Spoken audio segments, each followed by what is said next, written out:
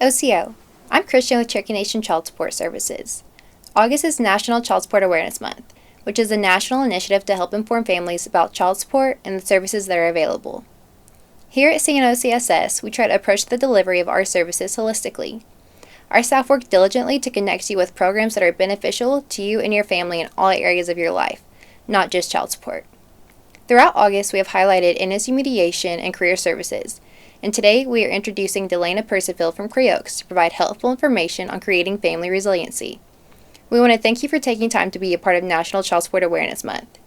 It is our hope that this information will be helpful to all tribal citizens in some way. If you have any further questions, please contact our office. Widow. Hello, my name is DeLainna Percifield. I'm the Regional Hope and Resiliency Trainer for CREOKS. I'm a licensed professional counselor and a licensed alcohol and drug counselor. And today, we'll be focused on family matters. Creating family resiliency. We're going to begin today when looking at resiliency at the very beginning with babies. When a baby's born, they're born with about 1 billion neurons already developed, ready to learn. And with each second for the next few years, about 1 million new neuro connections are being built. It's a very exciting time for a baby and a parent. And we will be continuing to look at that relationship between a baby and a caregiver. What we know about brain development is experiences build the architecture of the brain. Every interaction between a caregiver and their parent, the extended family, is building neural pathways, building connections, joining one side of the brain to the other, walking, language, movement. All of that is being developed by that relationship between the child and the caregiver. We can't talk about resilience without understanding some things about adversity. And we know now that adversity in childhood before the age of 18 can have a long-lasting impact on development and further life experience. In the 90s, Dr. Rob Anda and Dr. Vincent Folletti created a study that they called the Adverse Childhood Experiences Study, and they asked 10 questions to each participant about what had occurred in their childhood home. The 10 areas that they looked at was whether or not an individual had had any experience with physical abuse in the home, whether they had experienced sexual abuse or emotional abuse. The areas of neglect were physical neglect without enough food or clothing, as well as emotional neglect. Did they not feel safe? Did they not feel emotionally cared for and seen? The areas of family dysfunction that they asked questions about were, was anyone in the household incarcerated or had experienced contact with the judicial system? Was anybody in the household suffering from mental illness or a substance abuse disorder? Was anyone in the home being physically harmed due to domestic violence? And was there parental separation? Those were the 10 areas they viewed.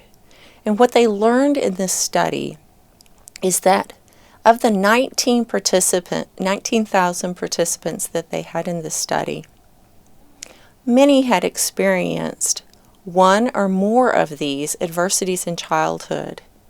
And what they later found is the more adversity a child had, the more likely it was that they may have some mental health or physical health problems, or perhaps social functioning problems like difficulty getting or maintaining work. It doesn't mean that this is actually going to happen every time, but it does increase risk due to the stress that a child is under when they've experienced these adversities. Now we're going to discuss survival mode. And thank goodness we have it. Survival mode is what happens to us perhaps when we're driving down the street and someone pulls out in front of us and our foot slams on the brake without us thinking, and we're able to stop and keep our physical safety. It is a wonderful thing. But within that is the fight, flight, or freeze response. And there's a few others, but we're not going to go into that today. When things are threatening and it works, it's probably saved our lives many times that we've stopped before we did something that perhaps caused us injury. But in some cases with adversity, especially in childhood, that survival response can become engaged and not necessarily turn back off again. In some cases, it's called toxic stress. And this is a stress response that does not get cleared. We are equipped for about 20 minutes of a stress response, of having adrenaline or cortisol pumping through us. So if we were running from a bear or yelling at a bear or freezing so that the bear doesn't see us, about 20 minutes is all we need before that situation is cleared. But our brains have become efficient over time, and the more frightened more times we are, perhaps through the adverse things that have happened to us in childhood, the more likely that stress response is to get turned on and not necessarily readily turn back off because the brain becomes efficient. It recognizes that things are dangerous and that we perhaps need to stay vigilant all the time. But there is kind of an antidote to a stress response, and that is having connections to loving, caring people, people that increase our feelings of safety and help us to feel connected. And there are protective factors. There's a number of them that we'll look at, but I'm just going to briefly touch on a few. Did I have a friendship in school or in the neighborhood, someone that really cared about me and was fun? Did I have people besides my parents that really liked me and enjoyed my company? Did I participate in the community? Was I connected through perhaps powwows or connected through church events? Was I someone who got to play sports or got to participate in hobbies as a group? Those things really positively impact our ability to calm back down, get reconnected with ourselves, with our family, with our community, and it increases resiliency overall. When we look at our lives as a human being, we recognize that we are all pack animals. We are individuals who prefer to be in groups, whether it is the small group of our family or the larger of our extended family, part of the community, part of our tribe. It is just how we prefer to operate. As part of a pack, we're all kind of impacting each other. We all are sensing each other's feelings of safety or feelings of danger. If one pack member sees dangerous things before them and takes action regarding them, a fight, flight, or freeze response, it's going to impact the pack members around them. In this slide, you see the meerkat.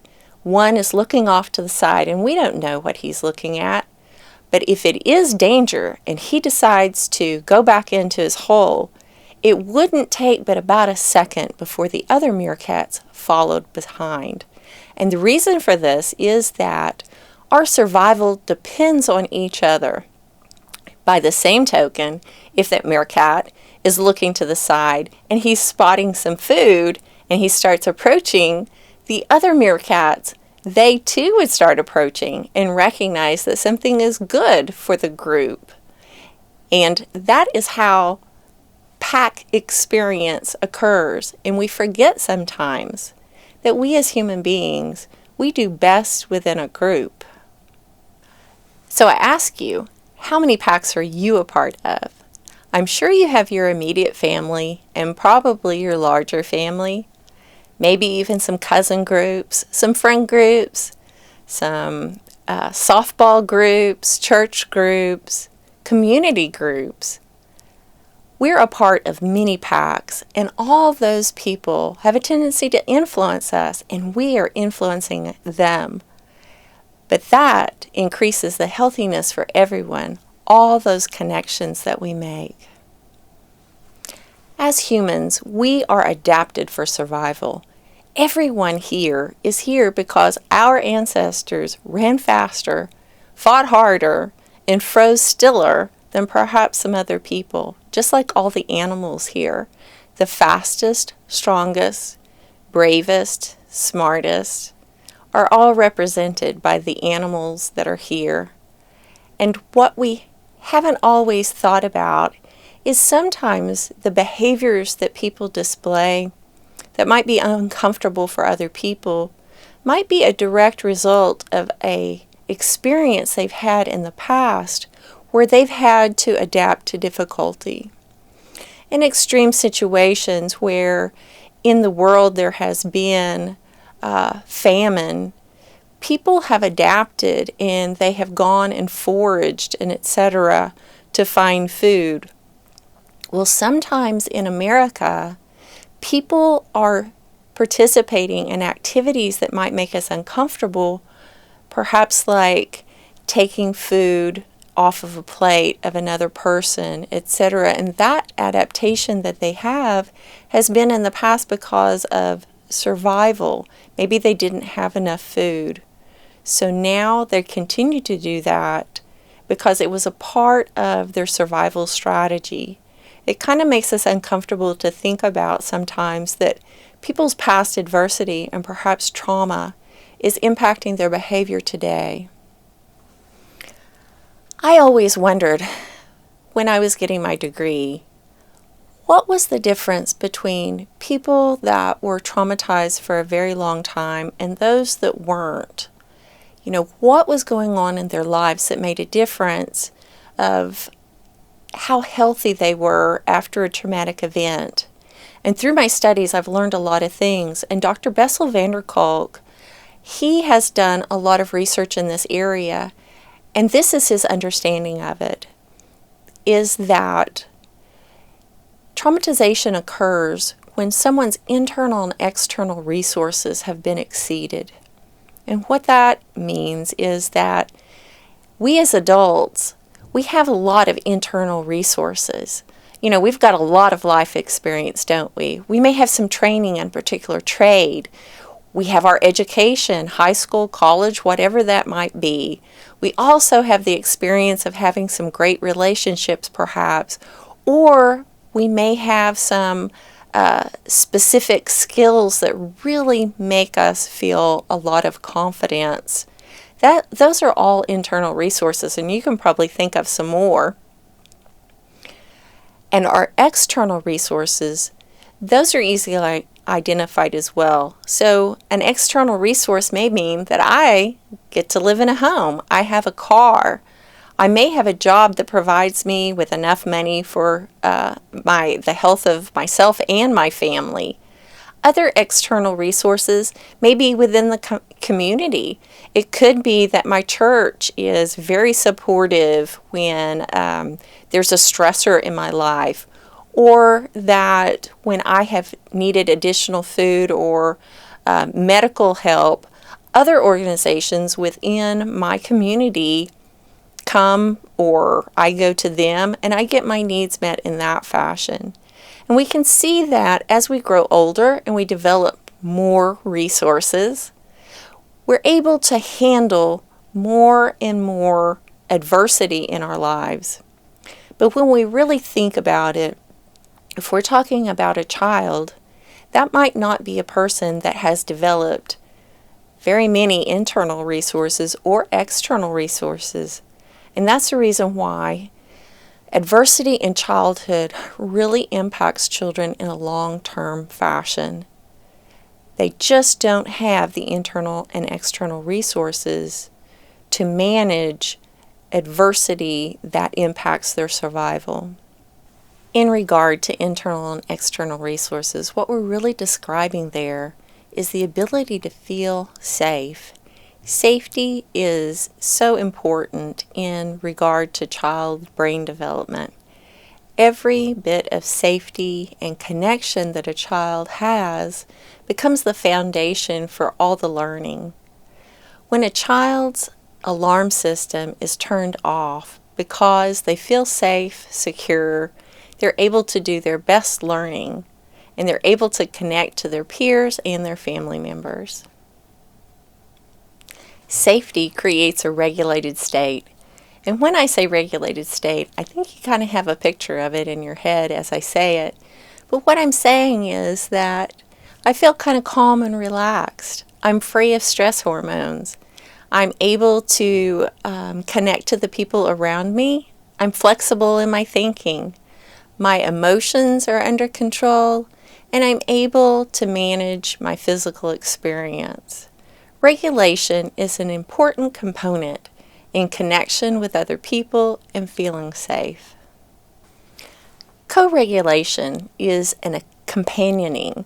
It's something that parents do with their children, teachers do with children, where they kind of share their regulated state with a child that might not feel particularly regulated right now. And it has a calming effect on a child's nervous system. We all recognize that perhaps some of our best friends, we call them on the phone and they assist us to co-regulate, or they come over and visit us when they know that we're stressed. Co-regulation is a clear part of being a human being. We just share our calm and grounding, and it really increases our feelings of being cared about and being connected. We've examined regulation. Now we're going to talk about dysregulation. And dysregulation is essentially because stress hormones may be flooding our body, adrenaline and cortisol. We may find that we're having a really hard time managing our emotions, perhaps even managing our behaviors. Sitting still, all of those things can be very difficult for us when we feel dysregulated. And some of the ways that we recognize that we might be dysregulated is that we are having difficulty managing our emotions, but not only that, that we are having a hard time kind of turning them off, that they're staying on for far too long. That might impact our sleep. We may be having difficulty going to sleep, staying asleep, or sleeping way too much. Another thing that may be experienced is physical ailments. Once we're dysregulated for a while, our stomach may hurt, we may have a headache, neck ache, and if we stay in this dysregulated state for very long, we might start seeing some long-term negative effects, perhaps some heart problems, diabetes, autoimmune issues. Being regulated is an important part of being healthy. Resilient individuals can confront tough situations, regulate their emotions, devise a plan, enact that plan, and continue to interact effectively in the world. Resilient individuals are those that can experience stress and still continue moving forward. The following are some resources that increase our resiliency. The first one we look at is prioritizing relationships.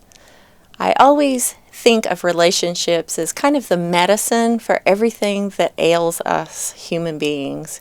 It is so good for us to have healthy, productive relationships, people that we can count on when things get tough. That means concrete help. It's nice to have friends that will tell us that they care, talk to us on the phone, but it's wonderful when we have friends that perhaps come and take care of our children when we're called away to an emergency, or perhaps do a chore for us to help us out when things are difficult. Another way to be resilient is to join a group. Whether that is a group that perhaps worships together, dances together, plays ball together, or participates in a hobby. Having people in our life that come from perhaps diverse backgrounds or other age groups is just really an important part of growing our resilience. Another thing that we've all kind of heard about, but I want you to consider, is how important it is to take care of our body. whether that's exercising, sleeping enough, or eating well. Taking care of our body, kind of the machine that gets us driven around the world so that we can get our job done, care for our kids, and connect with the people in our world. Our little vehicle that we live in needs a lot of care, and it's important that we take at least as good a care of this little vehicle as we do the one that's out in the driveway. Practicing mindfulness is another aspect of resilience. And mindfulness is not necessarily that I'm going to meditate or any of those things, but it can be that I'm fully present when I do things, that I avoid the multitasking that so many times we feel pressured to do, because it prevents us from being fully present. Fully present at birthday parties, perhaps, or fully present when I'm eating that delicious piece of cake. Being fully present and mindful means that I have awareness about my feelings, other people's feelings, and I'm socially connected. Which brings us to being careful about negative outlets. Sometimes some outlets that we are exposed to do not center us and do not bring us peace. We need to be careful to limit the amount of negativity perhaps that we allow into our lives. Resilient people are careful to limit the amount of negative information that comes into their world. Anything that increases interaction with community members and puts us out there sharing with those people that live around us. Being proactive means that I kind of get out ahead of things that I see coming. I don't necessarily wait till a small problem becomes a disaster before I intervene and I take action. Being proactive is also a part of achieving our goals. Having small goals, having medium-sized goals, and large goals are an important piece to being resilient. If we have things that we look forward to, whether it's a birthday party on Friday or something larger, perhaps a family reunion in the fall, those things really increase the feeling of being connected and having things to look forward to. Our last area that we're going to look at is self-compassion. We are so quick as human beings to care about other people, to perhaps go out of our way to help the individuals that are around us and say kind things to them perhaps when they have made a mistake. But we're not always so kind to ourselves. Sometimes we can say some really rough things to ourselves that is not self-compassionate. What we know about self-compassion is that individuals who are more kind to themselves in the face of making mistakes or having not succeeded are individuals who are more likely to get up, shake themselves off, go forward, and have a better outcome in the future. It may feel like the right thing to do to kind of beat yourself up over a mistake, but in the long run, it doesn't help at all. Self-compassion is the way to go.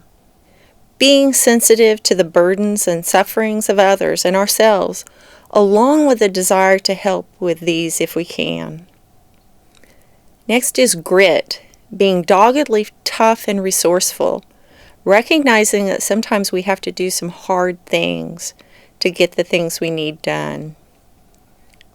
Third is calm. That means emotional balance and a sense of capability in the face of threats. I can stay calm, emotionally regulated, and still move forward. And the last is courage, protecting and standing up for ourselves, including with others. To meet the need for satisfaction, there's mindfulness, staying present in the moment as it is, rather than daydreaming, ruminating, or being distracted.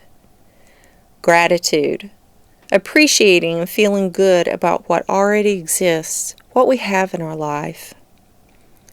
Motivation, pursuing opportunities in the face of challenges. And aspiration, reaching for and achieving results that are important to us and our family. To meet the need for connection, we need learning.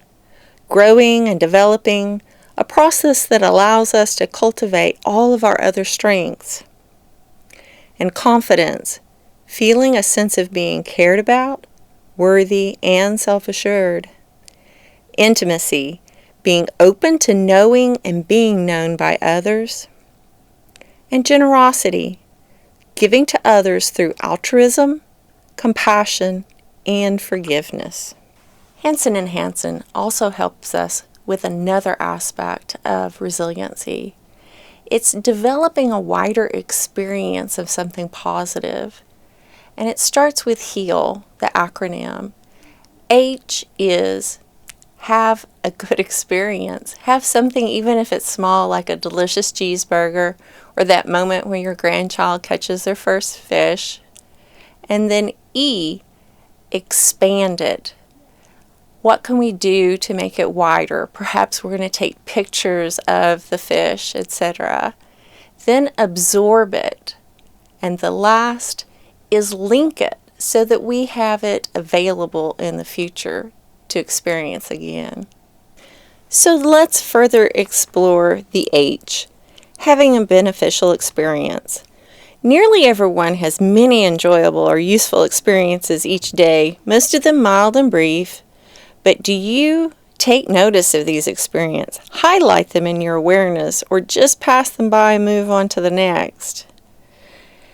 To have beneficial experiences in the first place, it helps to be alert to the good facts around you. For example, fortunate circumstances such as someone pulling out of a parking spot just as you're driving up, the beauty of nature, tasks that you're getting done, people that care about you, or your own talents. You can even find good in hard times, such as seeing the kindness of others as you go through a loss. Besides simply noticing useful or pleasurable thoughts or feelings or sensations that are already present in your awareness, you could create beneficial experiences, such as by getting some exercise or deliberately recognizing your own good heart. Or you could make something good happen in a relationship, such as listening carefully to someone. Over time, you can learn to directly evoke a positive experience, such as relaxing at will, calling up a sense of determination, or letting go of resentment. So the E in HEAL is enrich the experience. We can lengthen it by staying with it for a few more minutes. And the longer our neurons fire together, the more they tend to wire together. So that protects the experience from distractions, helps us focus on it, and come back to it if our mind wanders. Another thing we can do is intensify it. Be open to it. Let it be big in your mind. Turn up the volume by breathing more fully and getting a little excited. If we're talking about our grandchild catching his first perch, we may find lots of ways to intensify that experience by bragging on our grandchild or perhaps taking photographs. We can expand it. Notice other elements of the experience, that perhaps other fish are jumping. For example, if you're having a useful thought, look for related sensations or emotions. So we might talk about other fish that might be in the pond for the grandkid. We might freshen it. The brain is a novelty detector designed to learn from what's new or unexpected. Look for what's interesting or surprising about an experience. Imagine that you're having it for the first time, or in the case of your grandchild, it is their first time. And then value it. We learn from what is personally relevant. Be aware of why the experience is important to you, important to your family, important to your grandchild, while it matters, and how it could help your family. Next, we're looking at the A. We're going to absorb the experience. That means that we have the intention to receive it. We're consciously choosing to take in the experience. We're letting it sink into us. We're imagining the experience as being warm and soothing. It is so pleasant when we have the experience of discovering something new with a grandchild. And we may reward ourselves. We may tune in to whatever is pleasurable. It might be that after we get cleaned up, we take the grandchild to get an ice cream cone and celebrate with other family members. And then the last letter is link it. And this can be easily done by simply connecting it to other things. You might go into the house and share it with grandma and look at other photographs of other grandchildren that have caught fish. Or perhaps you can go inside and look at internet photographs of other perch like it so that the grandchild is able to connect it and link it to other things. And those linking kind of cement that memory so that later on the grandchild and you can pull that forward whenever you feel like it. We now know some things about resiliency, and we know the characteristics of a resilient person. The following are an expansion of those resiliency characteristics. Healthy, strong connections to social resources, family, culture, and community increase the likelihood that someone is going to be resilient. They have values and goals, a positive future orientation, productive activity, and a commitment to learning. Resilient people are socially competent and have empathy for other people. A positive self-concept. They feel empowered, have lots of self-control, feel independent, and are self-reliant. They are creative, and they seek novel experiences, something new to do. They have a meaningful participation in the community, a calm demeanor, a sense of humor, perseverance and self-efficacy, as well as a spiritual perspective and an acceptance of life and a guiding philosophy. Resilient people are problem solvers. They have an internal locus of control, meaning that they recognize that they can choose how to respond to the things outside themselves.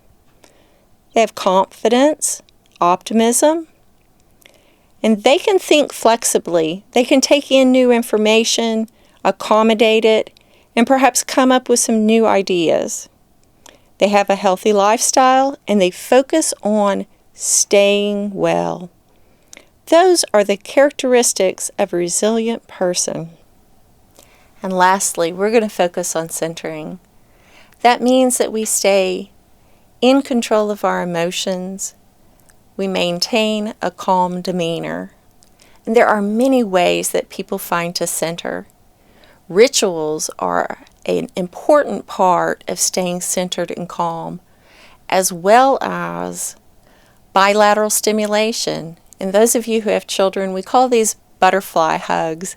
It's just where we fold our hands over, touch our arms, and that tapping, they really don't understand why, but we know that bilateral stimulation really helps a person become calm again. Breathing. We know that when we take deep breaths, even though our brain may be racing, we may have a lot of emotions, when we take deep breaths, it tells the brain, things are safe. She's breathing deeply. That can be a key component of staying centered. Music for many people is very calming and very centering. So is going out into the world and exercising, or perhaps just looking at the countryside.